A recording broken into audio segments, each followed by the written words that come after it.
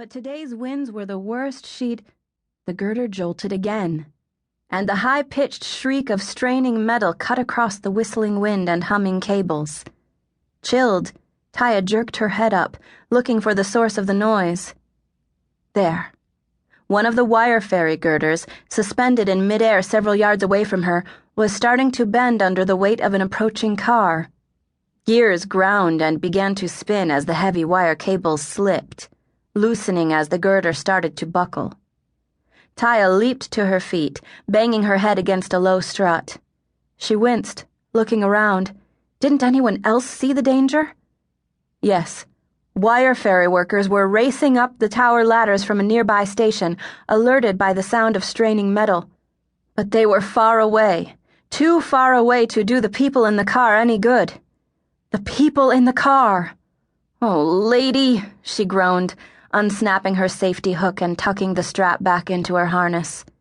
Even though the rational part of her mind was screaming warnings about the danger of flying next to a collapsing girder, of maneuvering around wires that could snap at any moment, she was already dredging up memories of old aerial rescue drills, calculating wind direction and target height, her best angle of attack, and the load-bearing capacity of her Ondinium armature.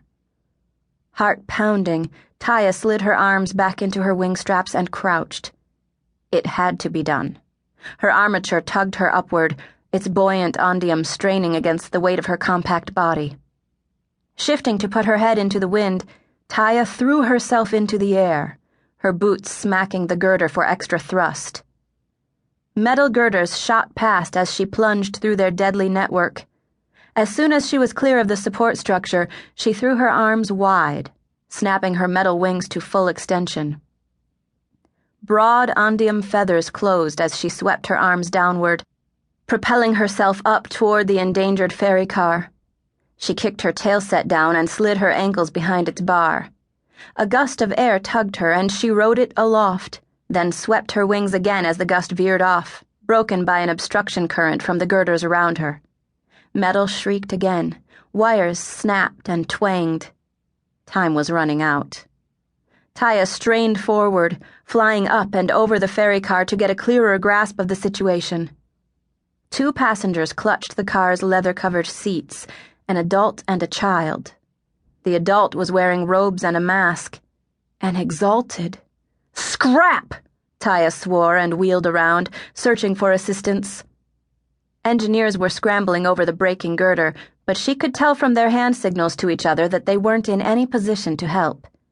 A small group was trying to string another support wire through the struts to keep the straining girder from crashing hundreds of feet to the streets below, but that wouldn't help the passengers if the car cable snapped.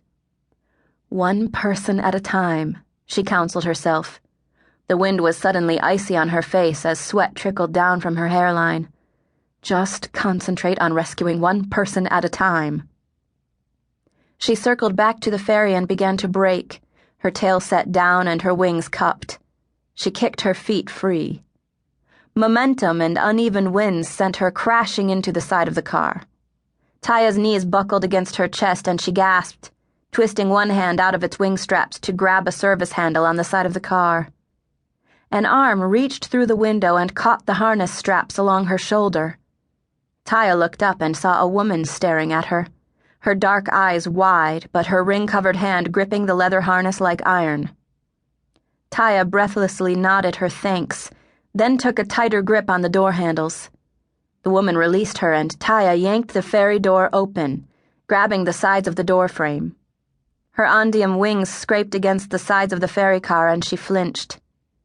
"Take Arik," the lady said, her voice shaking. She swept up the little boy at her side. "Save him!" Arik screamed, staring at Taya's goggle-masked face, and tried to kick away. He couldn't have been any older than 4, his round face still free of caste marks. "I've got him," Taya said. She braced the edges of her feet against the door frame to steady herself as she took the boy from his mother. Ignoring the child's shrieks, she pressed him against her stomach and snapped safety cords between his legs and under his arms, just like the practice drills had taught her. It wasn't as easy with a squirming child as it had been with a stuffed dummy. "I'll be back as soon as I can." The mother nodded.